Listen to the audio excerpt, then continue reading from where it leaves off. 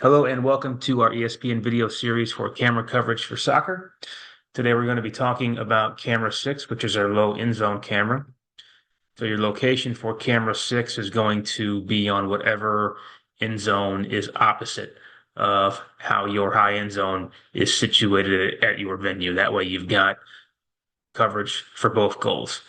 And then your handheld would flip and be able to move around to whatever side your high end zone camera is located on in this 5 camera setup. So your camera assignments for camera 6, really similar to camera 5 and camera 2. The only difference, obviously, is you're down on the field, closer to the action. You're going to work all areas of the field, cover the action, near and far, just a little bit wider than head to toe, keeping the ball in your frame and allowing the play to kind of develop in your frame as well while keeping that same tight framing throughout. Again, showing those competitive moments, racing towards loose balls, tough tackling, good battles for the ball in tight space is what we're looking for.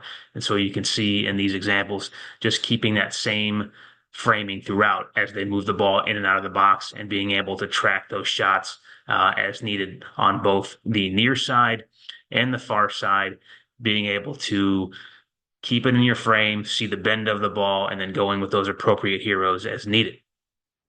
So just want to make sure that you are continuing to have that same head to toe framing throughout. That way you're consistent in how you shoot and your camera is able to play off of the other cameras who are already set up to be able to shoot wider. Some other camera assignments that you may run into. And again, these are going to be kind of discretionary to your directors. So whether it's goal kicks or set pieces, you can ISO different players as directed. You can go tight ball follow, just kind of more of what your director is going to want you to do. So paying attention to talent and trying to sell the relevant images that are supporting the stories they're telling is really important. Substitutions, you're going to take players onto the field. Penalties and tackles, you can show the player who committed the foul. Usually camera 4 is the first look for those, but we want to be able to utilize the other cameras that are on the field that can help cover faces as much as possible as well. And then lastly, we talk about this a lot, but being able to frame appropriately with the graphics that we have with our soccer package is really important. So knowing that your score bug is top left, your bottom line will be there for all linear level broadcasts, but really you should be framing for that, even if you don't have it on digital broadcast as well. That way there's really no difference.